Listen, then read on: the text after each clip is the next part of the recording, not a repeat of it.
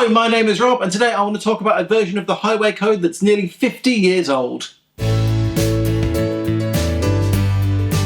Welcome to Rob's Randoms. This is a channel where I make videos about things that interest me. Could be a cooking recipe, it could be doing some art project, could be a story of something, or it could be looking at something weird like this. So yeah, this is a version of the highway code from 1976, 49 years ago. I found it in my dad's house. He said, you're welcome to it. And I was just fascinated by what is in this, what isn't in this, that is in the current version of it, how the wording has changed, all that kind of thing. So I've had a read through this and I've written down some thoughts. So, while looking through this booklet, because to be fair, 51 pages, it's a booklet, it's not a book, is it? The first thing that kind of jumped out to me was the illustrations. They are that very recognisably 1960s, 1970s art style where it's very almost cartoony. There's some vivid colours in there. Reading through each of these, I distinctly remember thinking, oh, that reminds me of like a Monty Python piece. Now, I genuinely do love the illustrations in this book. Like this one, for example, I really like that. I genuinely would have that as a poster in my house. It kind of reminds me of like an Andy Warhol painting. I think it's really cool. So that's the illustrations in the book, but this is more about the information. So how is the information in this booklet? The main thing that jumped out at me about the language they use is that this is more practical advice rather than government rules and regulations. So the section in this book about overtaking, for example, it only takes up about 1 page in the booklet, and it is mostly just good advice. Only overtake where it's safe to do so, only overtake on the right, don't overtake when approaching a humpback bridge or on a turn. It's all good advice. So what does the overtaking section in this book not include that is included in the 2025 version?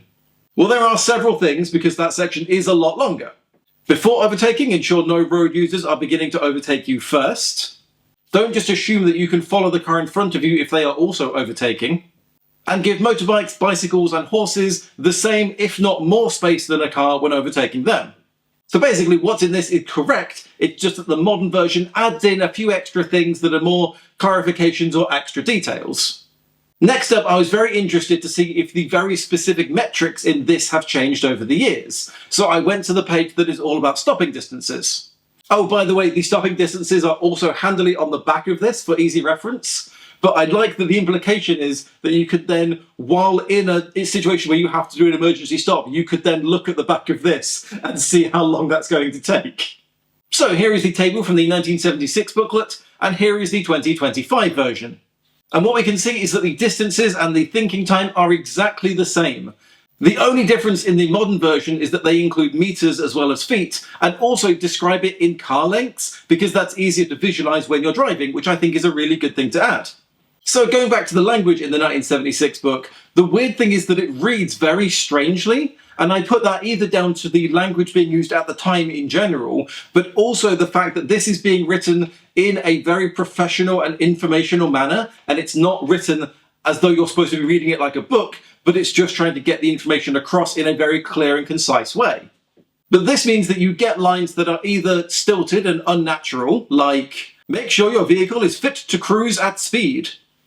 Or you get lines that are like an angry parent berating a child, like, if there is a pavement or suitable footpath, use it.